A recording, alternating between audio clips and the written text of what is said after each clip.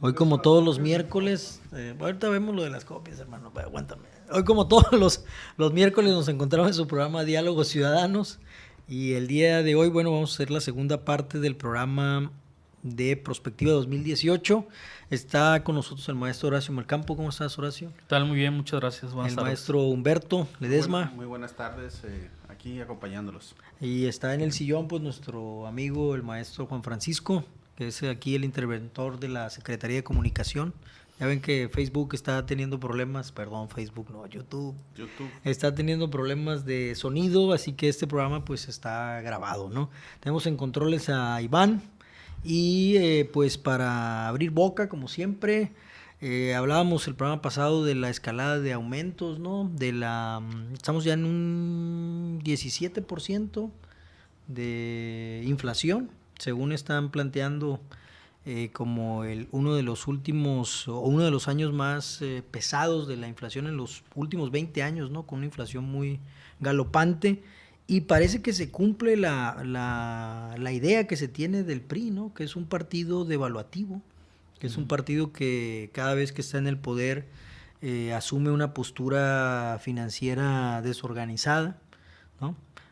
Parece que los indicadores o los números macroeconómicos los siguen cuidando los neoliberales, pero a nivel de mercado interno y del bolsillo de los ciudadanos, pues el Sí, embate... claro, ¿no? Es decir, ante un país con una profunda crisis económica, lo cual no se dice, han adoptado una postura de endeudar el Estado, ¿no? Endeudar el país. Cada vez se adquieren más deudas y obviamente eso va impactando, ¿no? En todos los sectores, principalmente el económico, ¿no?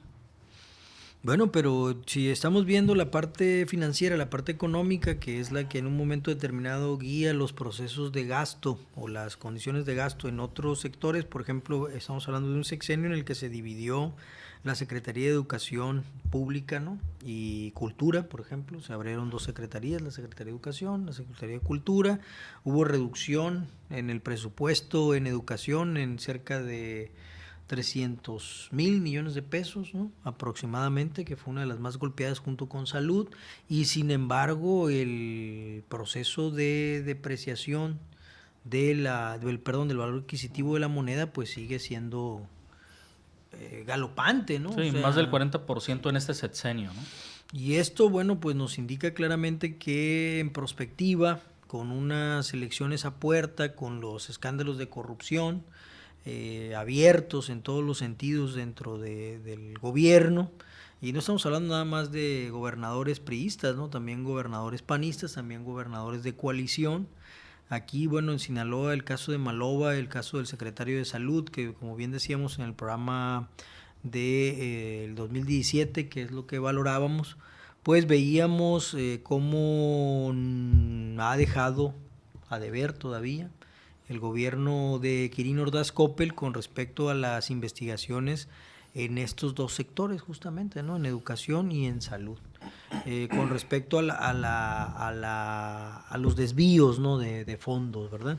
Aunque hay inhabilitados, aunque hay toda esta situación, pues todavía se observa en el rubro de la corrupción e impunidad pues un camino largo por recorrer, que yo creo que el sexenio no le alcanza a Quirino, ¿no?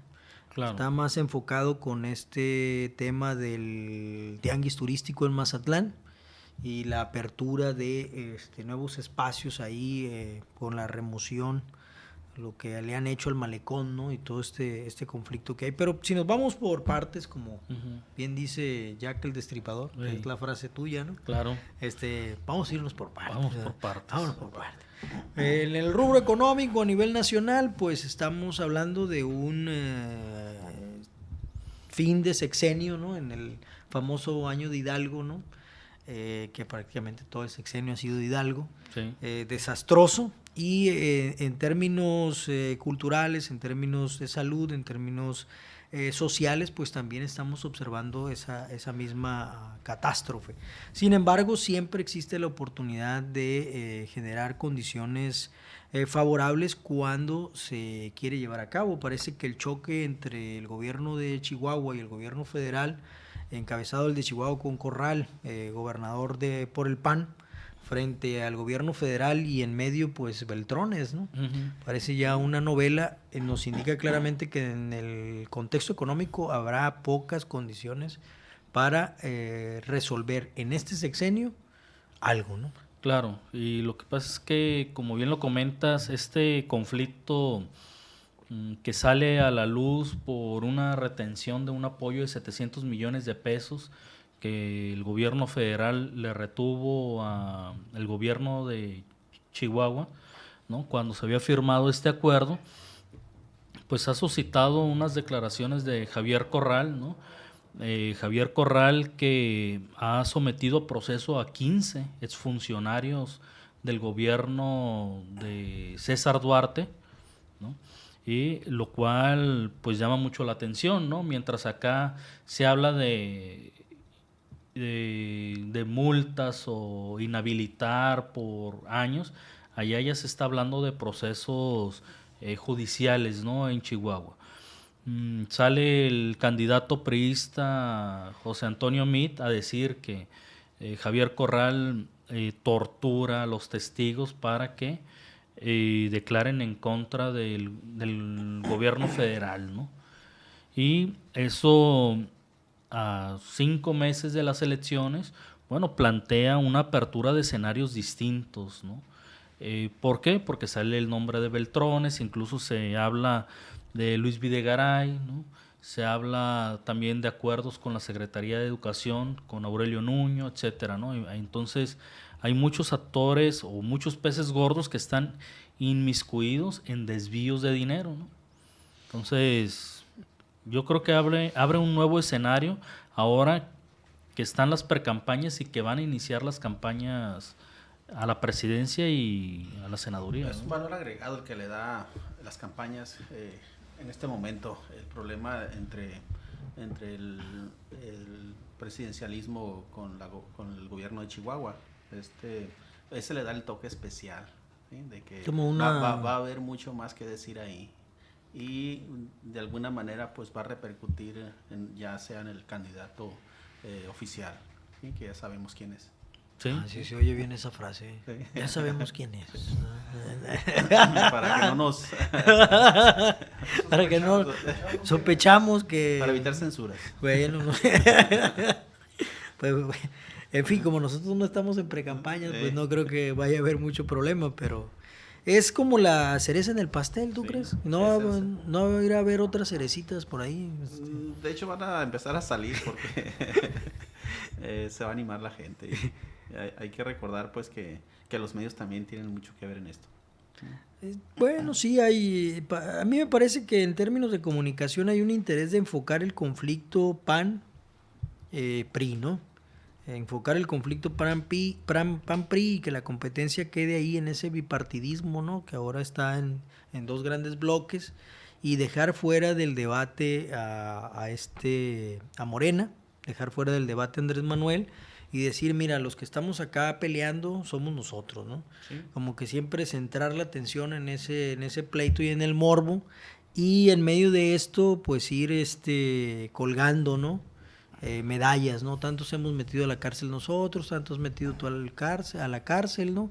Tantas investigaciones hay, y un poco desplazar de la agenda publicitaria, porque sobre todo lamentablemente tenemos un problema de percepción. ¿Y en qué sentido lo digo? Es muy difícil que la población en general logre distinguir una noticia buena de una noticia mala. Ahí ya queda claro, ¿no? Que parece ser que el tema con esta situación de una mente, pues sí, una mente limitada, encriptada, ¿no? Sí. Va generando más bien la intención de cuánto tiempo estás en los medios, de qué manera estás en el medio, no tiene gran importancia, ¿no? Claro, y eso lo vemos con la campaña a José Antonio Meade, ¿no? Primero es un aferramiento a que se conozca, a que su imagen y su nombre se quede grabado en la población. Primero lo intentaron con unos memes, ¿no? Haciéndolo en el caso de los Thundercats. Sí, León, ¿no? De León, no. Ahora ha cometido 2 errores. ¿no? En lo que se ha expresado, primero diciendo que en Aguascalientes había que regresar a cuando Aguascalientes producía pobres, y ahora diciendo que los delincuentes a la calle y los ciudadanos a la cárcel, ¿no? Lo cual me parece que es una estrategia burda. No les importa en el PRI ridiculizarlo con tal de que se vuelva tendencia y que la gente esté, aunque sea riéndose de él, pero lo estén mencionando de manera constante, ¿no? Lo cual, hablando de ciencia política, pues me parece algo denigrante para él, ¿no? Y para nosotros como ciudadanos, ¿no?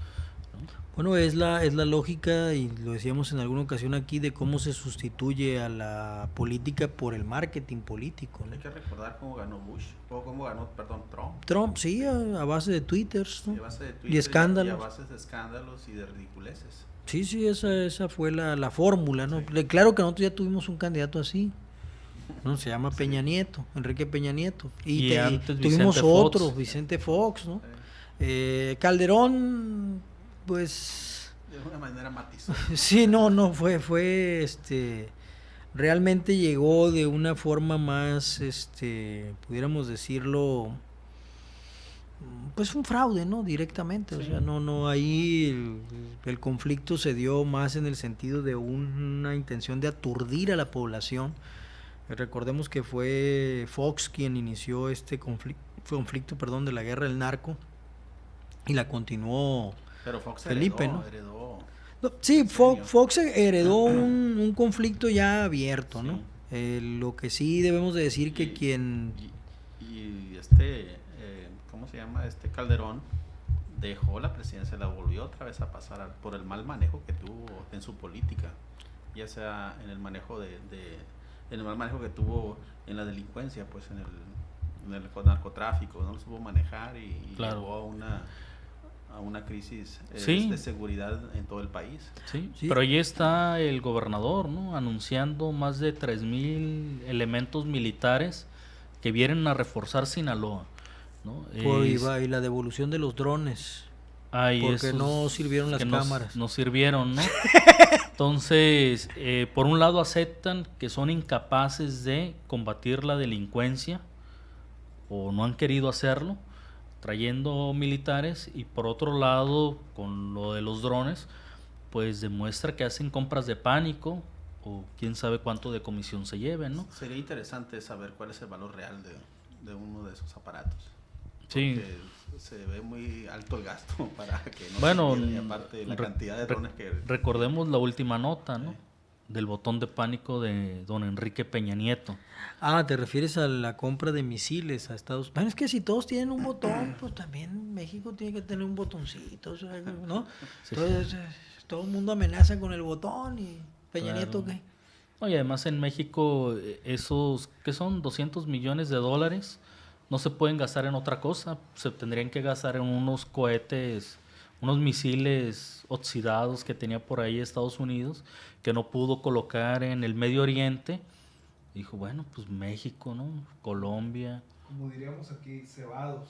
Sí, cebados. Bueno, pues si ya había explotado el tianguis de pirotecnia, ¿no? En el Estado de México, pues ¿cuál era, de dónde iban a sacar más cohetes, ¿no? Bueno, eso nos lleva a que la estrategia de seguridad está completamente equivocada.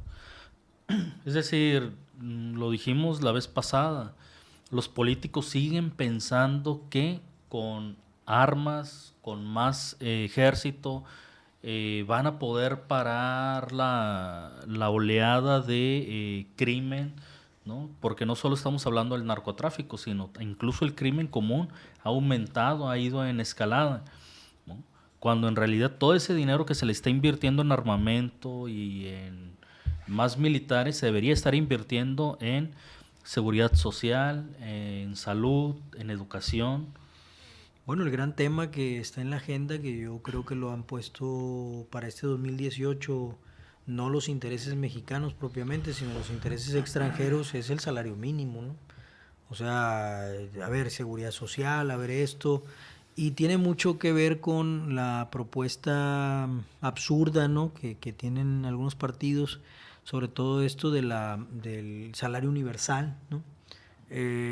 cuando lo que estamos observando nosotros es que hay un problema más bien de acceso a un salario mínimo digno, ¿no? Y que está siendo observado por, vamos a poner así, salario mínimo interprofesional en España, estamos hablando de 1,000 euros, ¿no? Salario mínimo interprofesional, no alcanza. Salario mínimo interprofesional, porque la renta media oscila entre los 500 y los 600 euros de una casa, de un departamento, ¿no? Entonces no hay condiciones para, ¿no? Pero es el salario mínimo interprofesional. Si vemos los salarios mínimos en el caso de Estados Unidos, o en el caso que, bueno, Estados Unidos se paga por horas, ¿no?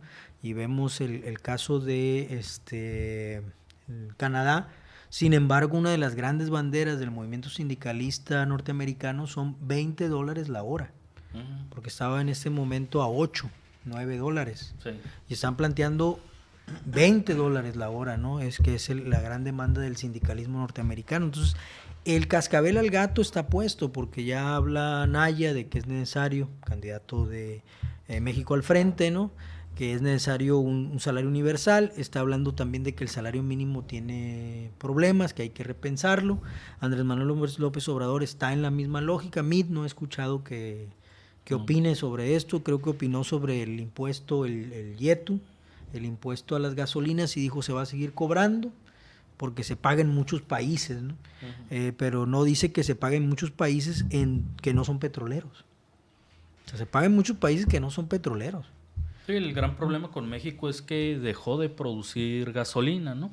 Es decir, México produce petróleo, pero prácticamente lo regala a las refinerías en Estados Unidos y luego nos lo regresan convertido en gasolina, carísimo, ¿no? Salió incluso en un informe de la Auditoría Superior de la Federación, donde hace un comparativo al inicio del sexenio de Enrique Peña Nieto, que se refinaba más gasolina en México de la que se hace actualmente, salía mucho más barata la gasolina, ¿no? Sin embargo, ahora se ha dejado de refinar gasolina en México para comprar casi el 90% de la gasolina que se consume al extranjero, ¿no? Bueno, esta parte es quizás la que deberíamos de observar en términos de un concepto que es el desencanto social. Porque si llegamos al desencanto social, que es lo que se observa con el proceso electoral, entonces estaríamos hablando de que la confrontación va a ser entre los votos duros de las coaliciones partidistas, ¿no? o de los grupos independientes. Esos votos duros al final no alcanzan para tener una votación por encima del 50%, lo que necesariamente nos indicaría que estamos hablando de una democracia que lleva ya 3 sexenios o 4 sin contar con el respaldo social. Esto es delicado, ¿no? para cualquier situación que implique cambios. ¿Por qué? Porque estamos también observando, y eso es algo que está dentro de la Carta de las Naciones, en términos de la Carta de Intención de la OEA, ¿va? Para las democracias latinoamericanas, que hablan de 2 situaciones críticas que se presentan en estas democracias cuando entran en crisis, que es la situación de una grave condición, ¿no? Para el funcionamiento de estas democracias, porque si la sociedad no está participando, si la toma de decisiones se está haciendo, y sobre todo las reformas, porque todo este paquete de reformas del 2014 se hizo sin lo que es la gran discusión que hay en América Latina en estos momentos, ¿no? Que vienen siendo las convenciones o las reuniones que se hacen para las reformas constitucionales, que está en el caso de Venezuela, que está en el caso de la consulta en Uruguay, en Ecuador, para reformar la Carta Magna, reformar las constituciones. En el caso de México, las reformas que se han aplicado no han partido de esas convenciones, ¿no? No han partido de esas reuniones abiertas, no me refiero al Congreso ni al Senado, ¿no? que es en donde se han hecho las reformas sin pasar por el consenso social. ¿Qué es lo que ha llevado a esto? Pues al desencanto, ¿no? Y algunos políticos le llaman pérdida de credibilidad. La situación es cuando una sociedad entra en el desencanto, deja de participar y vemos tumultos como los que se presentaron el día 6 de enero en Veracruz, ¿no? Asaltando una horrera en masa, ¿no? Lo que observamos durante el gasolinazo, que fue el asalto a los comercios, que para muchos deliberado, ¿no? Se llevó a cabo deliberado como una forma de detener el fuego con fuego, ¿no? Es como cuando los bomberos arrojan una bomba de fuego a un incendio, ¿no? Con el fin de que la explosión detenga el incendio, sofoque el incendio. Y entonces comenzó ya la propaganda, ¿no? Denunciando en televisión, en radio, en internet, la vandalidad, a los vándalos, ¿no? Que estaban llevando a cabo esto. Aquí, por ejemplo, en la elección, ¿no? Para gobernador, sí, la confrontación en la Ciudad de México, los pleitos que se han venido presentando, ¿no? Sobre todo en Coyoacán, y la condición de una elección que ya se está anunciando como una de las elecciones más violentas que ha tenido México en las últimas 3 décadas. O sea, ya están anunciando que la elección presidencial y la elección de senadores de las cámaras... Violenta y sucia, eso es lo que caracteriza. Sí, va a ser con bastante inequidad también, ¿no? En los medios de comunicación. Sí, lo que buscan es justificar una presencia militar armada en diferentes sectores de todo el país, ¿no? Es decir, pues obviamente pues no van a detener a quienes son representantes del PRI o del Estado, sino al contrario, ¿no? Si alguien está denunciando algo, pues sobre ese es sobre el que se van a ir, ¿no? Hace poco pasó con una activista social en Jalisco, ¿no? Que en las pasadas elecciones denunció... sí, el asesinato de un... Sí, era de Movimiento Ciudadano, un coordinador, ¿no? Y que denunció la flagrancia con la que entregaban despensas del DIF a el PRI municipal, ¿no? Entonces aparece muerto, ¿no? 6 meses después de que hace esas denuncias. Y así lo van a seguir haciendo, ¿no? Es decir, aquellos que siguen pensando en que el ejército está para salvaguardar la seguridad del ciudadano, pues sigue viviendo en una utopía. Bueno, es completamente falso. Eso es delicado porque, bueno, nosotros, insisto, o sea, aquellos que piensen que la elección o las votaciones son una concesión del gobierno de México o de los grupos de poder en México, pues está equivocado, ¿no? La ciudadanización de las elecciones se da justamente por la pérdida de credibilidad de la Secretaría de Gobernación, quien administraba las elecciones en este país, y entonces ciudadaniza, ¿no? Con el IFE en una reforma forzada, obligada prácticamente en el periodo de Zedillo, en el gobierno de Zedillo, de Ernesto Zedillo. Él sí sabe cómo hacerlo, era la frase, ¿no? Aquella, ciudadanizan la elección y entonces se presenta la posibilidad de generar un nivel de credibilidad, ¿no? Este nivel de credibilidad, sin embargo, se ve trastocado inmediatamente, ¿no? Se acusa entonces de esta operación a Elbester Gordillo, del sindicato de maestros, y todo lo que ya conocemos, ¿no? El carrusel, el tamal y todo el ratón loco, ¿no? Y todas las formas conocidas y ya no bien ponderadas, ¿verdad? Pero sin embargo vigentes, ¿no? Y las que no han salido a la luz, ¿verdad? De compra, trasiego y comercialización del voto, ¿no?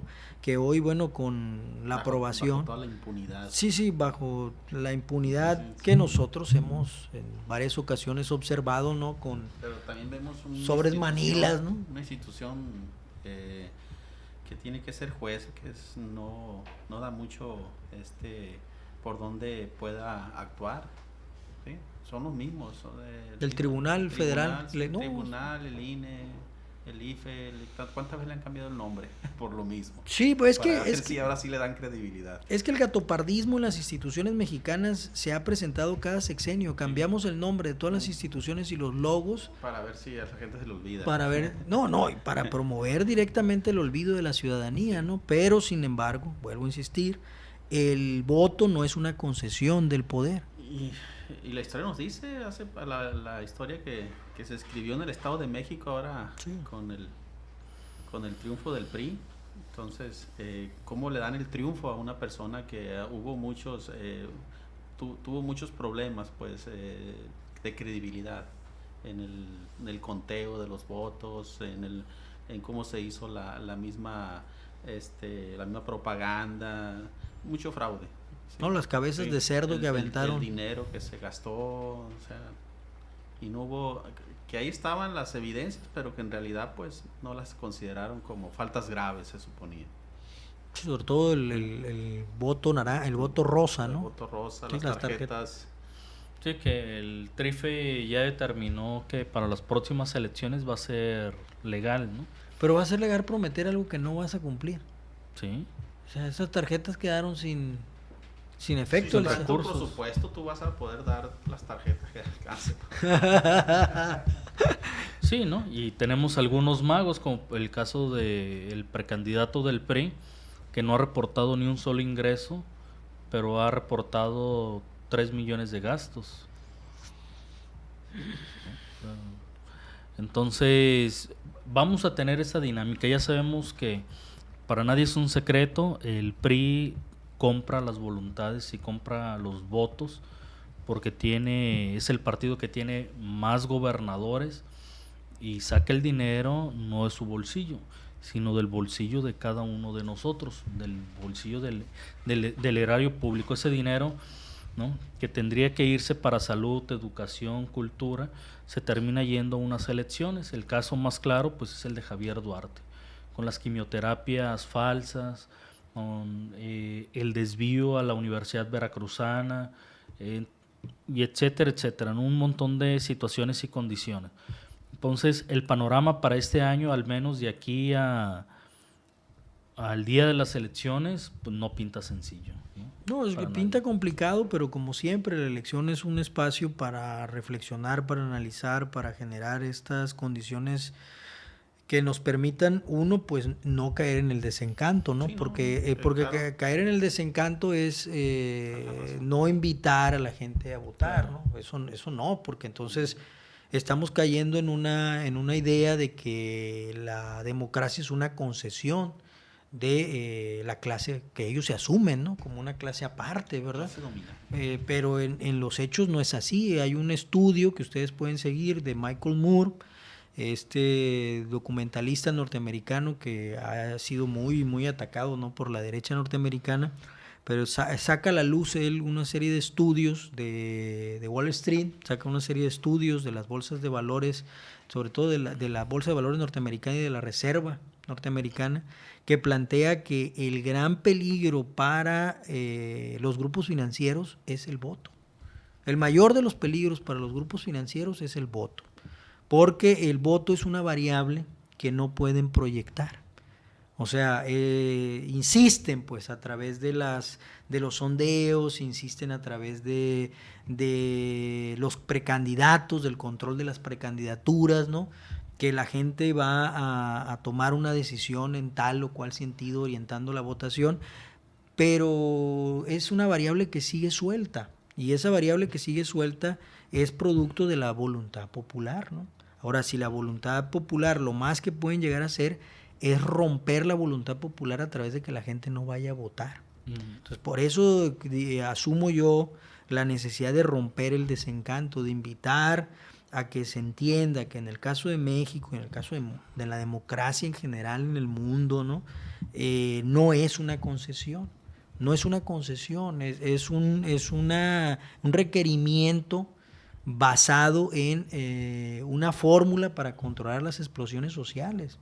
Las explosiones sociales, las revueltas sociales que durante siglos llevaron no solamente a la transición dentro de los imperios, sino a la caída de estos imperios, ¿no? Estamos hablando del concepto del Imperio Romano, ¿no? Y que no pudo digerir al interior, por ejemplo, las derrotas sistemáticas que sufría en sus fronteras, ¿no? En el caso del imperio o de la monarquía francesa, también no pudo digerir, o los propios ingleses no pudieron digerir, aunque lo entendieron después un poco con la monarquía parlamentaria, ¿no? Esta transición intermedia entre el absolutismo, ¿no?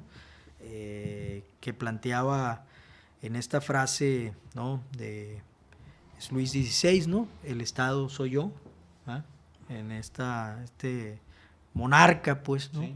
Que sintetizaba el absolutismo, y que en el caso de las repúblicas, en el caso de las federaciones y en el caso de las monarquías parlamentarias, pues han buscado cómo generar condiciones de equilibrio frente al despojo. El neoliberalismo ha roto esa posibilidad, lo estamos viendo como sistema, ¿no? Y bueno, pues ahí es donde yo creo que la perspectiva está en manos de lo que el ciudadano decida, ¿no? Claro. Ahí es donde todo este panorama que estamos observando a partir del 1 de julio, con todos los conflictos, si logra los grupos políticos establecer un desencanto, o sea, si a través de este pleito y estos conflictos intestinos logran alejar a los más jóvenes de las urnas, pues como hemos dicho en otros programas, van a alejar a la juventud que lo ha perdido todo, ¿no? Y me refiero a la seguridad social, me refiero a las posibilidades de estudio, ¿no? Que cada día se acortan más, bueno, simplemente lo podemos decir en la caída drástica de las becas de CONACYT, por ejemplo, ¿no? Sí. Estamos hablando de programas que tenían 20, 25 becas y que hoy no llegan ni a las 5, ¿no? Si estamos hablando de eso, entonces estamos hablando de una caída estrepitosa, ¿verdad? Y no estamos hablando de la caída de la calidad de los programas. En el caso nuestro, pues, de educación, en donde estamos nosotros, pues estamos viendo eso, ¿no? Claro. Bueno, para concluir, que no queremos que quede así desangelado el ambiente, ¿no? Porque no se trata de caer, insisto, ¿no? En el desánimo. Pensemos que es una oportunidad. No sé, ¿algo que comentar? No, pues solamente volverlos a invitar a que el día de las elecciones vayan, voten por el candidato, por el partido que quieran, ¿no? Simplemente salgan y voten, ¿no? Es todo. Sí, igualmente que sean críticos, analíticos de los candidatos y que de alguna manera pues eso seamos parte de vigilar este proceso y que de alguna manera denunciemos cualquier actividad, aunque no se tome en cuenta o se considere las cosas, pero sí no dejarnos o no quedarnos con los brazos cruzados. No, pues sobre todo no vernos rebasados, ¿no? Sí. Por algo que debe ser fundamental, que es el ejercicio de la democracia expresado ese día en las urnas y posteriormente, ¿no?